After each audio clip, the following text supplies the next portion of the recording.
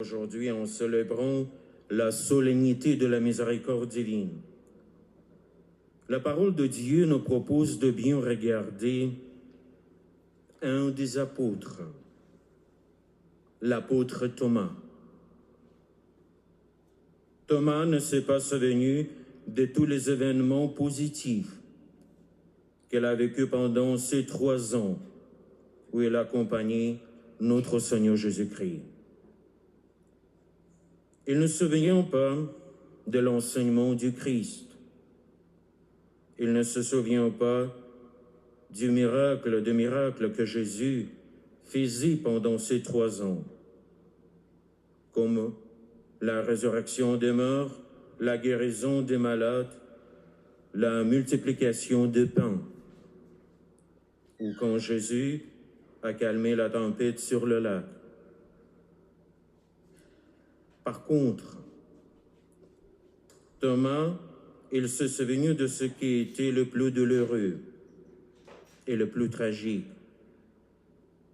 les événements de derniers jours, la passion et la mort de notre Seigneur Jésus sur la croix. Même si ces événements avaient été annoncés par Jésus auparavant.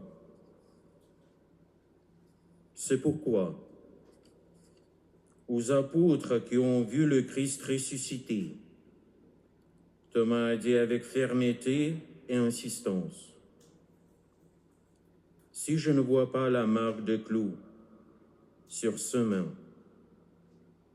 et si je ne mets pas ma main dans son côté, non, je ne croirai pas. » 8 jours plus tard, lors de la prochaine apparition de notre Seigneur ressuscité à ses apôtres, Jésus donne à Thomas cette occasion de bien vérifier ce qu'il a demandé. « Lève ton doigt ici et mets dans mes plaies.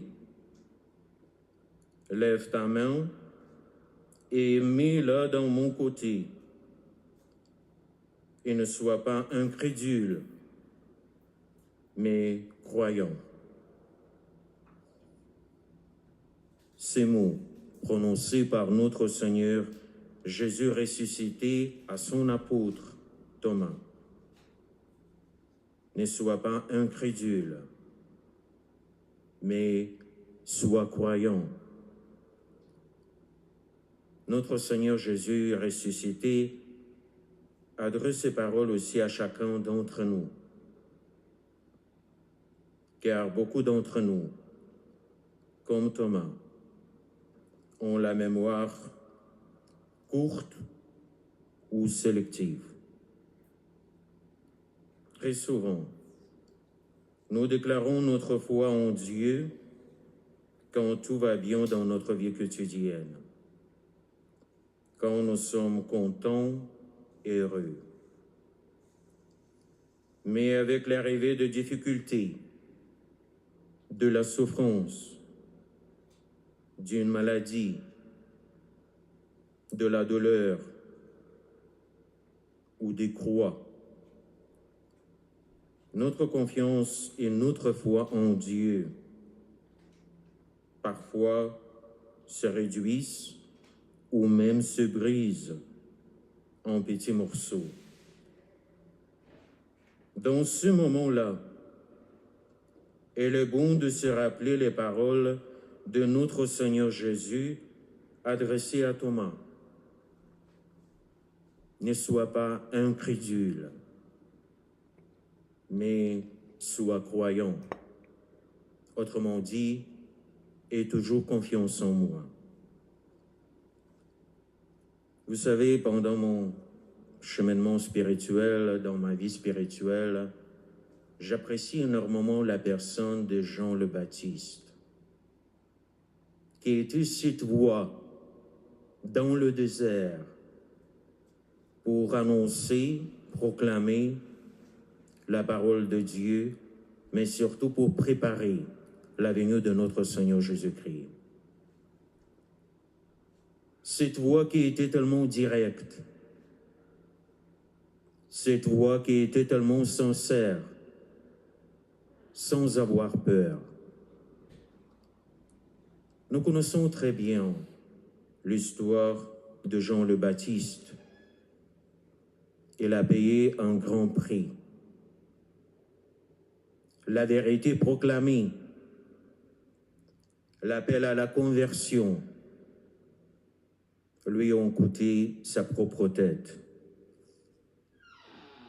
Malheureusement, aujourd'hui, il y a de Salomé, il y a des Hérodiades qui courent et qui regardent qui sera le plus vite possible pour s'approcher aux oreilles d'un maître et pour chuchoter.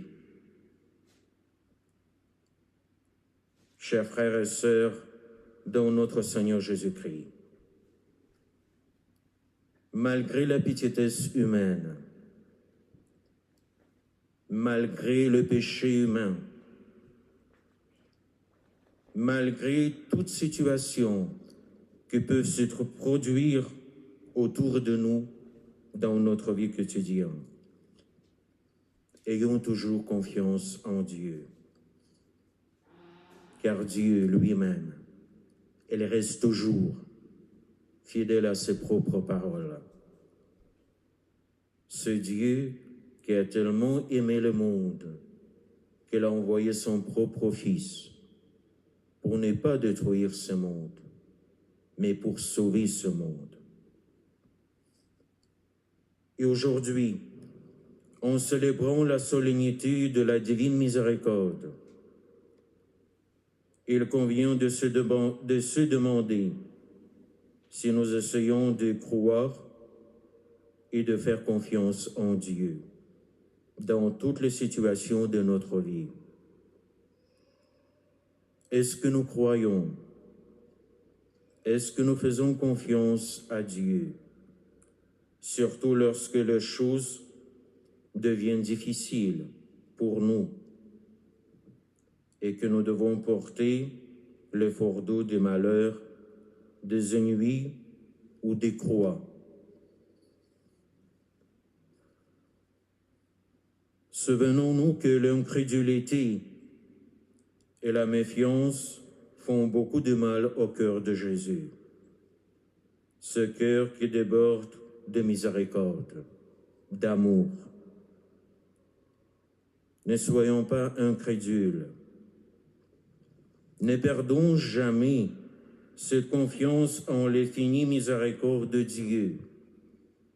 Dieu qui nous apprécie chacun de nous. Dieu qui nous attend, qui cherche. Que notre prière la plus fréquente soit la suivante. Jésus, j'ai confiance en toi.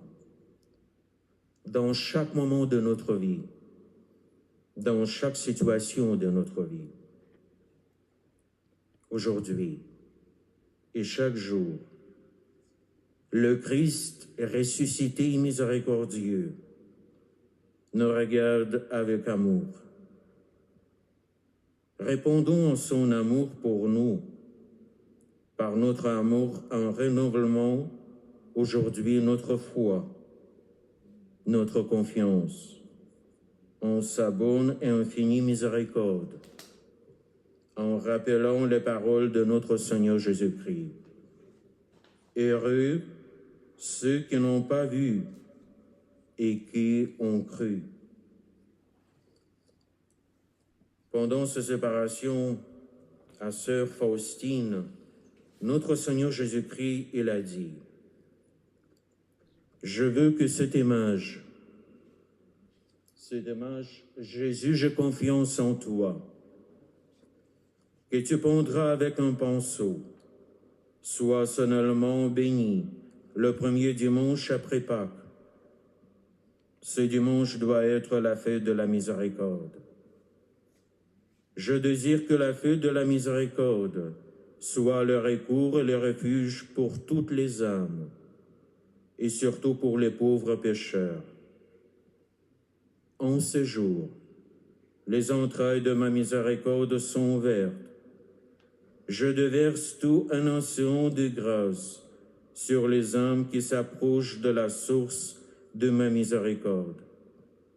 Toute âme qui se confessera et communiera recevra le pardon complet de ses fautes et la remise de leur punition. En ce jour, sont ouvertes toutes les sources divines par lesquelles s'écoulent les grâces, qu'aucune âme ne peut de s'approcher de moi, même si ses péchés sont comme l'écarlate. Dis, ma fille, que la feu de la miséricorde a jailli de mes entrailles pour la consolation du monde entier. Elle est confirmée dans les profondeurs de mon amour infini. Ensuite, notre Seigneur Jésus a ajouté, « Je donne aux hommes un vase avec lequel ils doivent venir puiser la grâce à la source de la miséricorde. Ce vase, c'est cette image avec l'inscription « Jésus, j'ai confiance en toi ». Par cette image, j'accorderai beaucoup de grâce aux âmes, que chaque âme ait donc accès à elle. J'ai promis que l'âme qui honorera cette image ne sera pas perdue. Je lui ai promis aussi la victoire sur ses ennemis d'ici-bas, et spécialement à l'heure de la mort. Moi-même, je le défendrai comme ma propre gloire. Le flamme de la miséricorde me brûle, et je désire le déverser sur les âmes humaines. Au quelle douleur elles m'épousent quand elles ne veulent pas le recevoir. Ma fille, fais ce qui est en ton pouvoir pour étendre la vénération de ma miséricorde. Je supplierai à ceux qui te montrent. Dis à l'humanité douloureuse de se blottir dans mon cœur miséricordieux, et je la comblerai de paix. L'humanité ne trouvera pas la paix tant qu'elle ne se tournerait pas avec confiance vers ma miséricorde. Ma fille, continue notre Seigneur Jésus-Christ, parle au monde de ma miséricorde. Que l'humanité entière apprenne à connaître mon insondable miséricorde. C'est un signe pour le dernier temps. Après viendra le jour de la justice. Tant que l'on attend que les hommes aient recours à la source de ma miséricorde, qu'ils profitent du sang et de l'eau qui ont jailli pour eux. Avant de venir comme juge équitable, j'ouvre d'abord toutes grandes les portes de ma miséricorde. Que ne veut pas passer par la porte de ma miséricorde doit passer par la porte de ma justice. Et notre Seigneur a bien expliqué le sacrement de la confession. Ma fille, quand tu t'approches de la Sainte Confession, dit Jésus à sœur Faustine, de cette source de ma miséricorde, le sang et l'eau qui sont sortis de mon cœur se déversent sur ton âme et l'embellissent. Chaque fois que tu te confesses, plonge-toi entièrement dans ma miséricorde avec grande confiance, pour que je puisse déverser en ton âme toutes les largesses de ma grâce. Quand tu vas te confesser, sache que c'est moi-même qui t'attends dans le confessionnal. Je me dissimule seulement derrière le prêtre, mais c'est moi seul qui agis dans l'âme. Ici, la misère de l'âme rencontre le Dieu de miséricorde. Dis aux âmes qu'à cette source de miséricorde, les âmes ne puissent qu'avec le vase de la confiance. Lorsque leur confiance sera grande, il n'y aura pas de borne à mes largesses. Les torrents de ma grâce inondent les âmes humbles. Les orgueilleux sont toujours dans la misère et dans la pauvreté, car ma grâce se détourne d'eux pour aller vers les âmes humbles. Écris, parle de ma miséricorde. Dis aux âmes où elles doivent chercher la consolation. C'est au tribunal de la miséricorde, à la confession, ceux-là qu'ont lieu le plus grand miracle, qui se renouvelle sans cesse, chaque jour. Point n'est besoin, pour obtenir ce miracle, de faire de lointains pèlerinages, mieux de faire étalage dans quelconque cérémonial. Mais il suffit de se jeter avec foi aux pieds de celui qui tient ma place, de lui dire sa misère, et le miracle de la miséricorde divine se manifestera dans toute sa plénitude. Même si cette âme était en décomposition comme un cadavre, et même si humainement parlant, il n'y avait plus aucun espoir de retour à la vie, et que tout semblait perdu, il n'en est pas ainsi selon Dieu. Le miracle de la miséricorde divine redonnera vie à cette âme dans toute sa plénitude. Aux malheureux qui ne profitez pas maintenant de ce miracle de la miséricorde divine, en vain vous appellerez, il sera déjà trop tard. Et à la fin, j'aimerais juste reciter la prière prononcée par Saint Jean-Paul II à Rome, le 30 avril 2001, en la fête de la miséricorde divine. À la voix de la sainte, très sainte Vierge Marie, la mère de la miséricorde, à la voix de cette nouvelle sainte qui dans la Jérusalem céleste chante la miséricorde avec tous les amis de Dieu. Nous unissons, nous aussi, Église en pèlerinage, notre voix. Et toi, Faustine, don de Dieu à notre temps, don à toute l'Église universelle, obtiens-nous de percevoir la profondeur de la miséricorde divine. Aide-nous à en faire l'expérience vivante et à en témoigner à nos frères.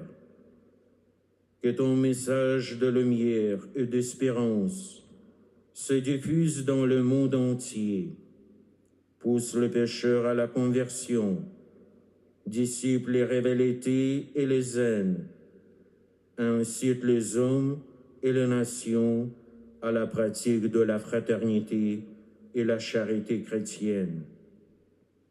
Aujourd'hui, en tournant le regard avec toi vers le visage du Christ ressuscité, nous faisons ta prière d'abandon, confiants et nous disons avec une ferme espérance: Jésus, j'ai confiance en toi.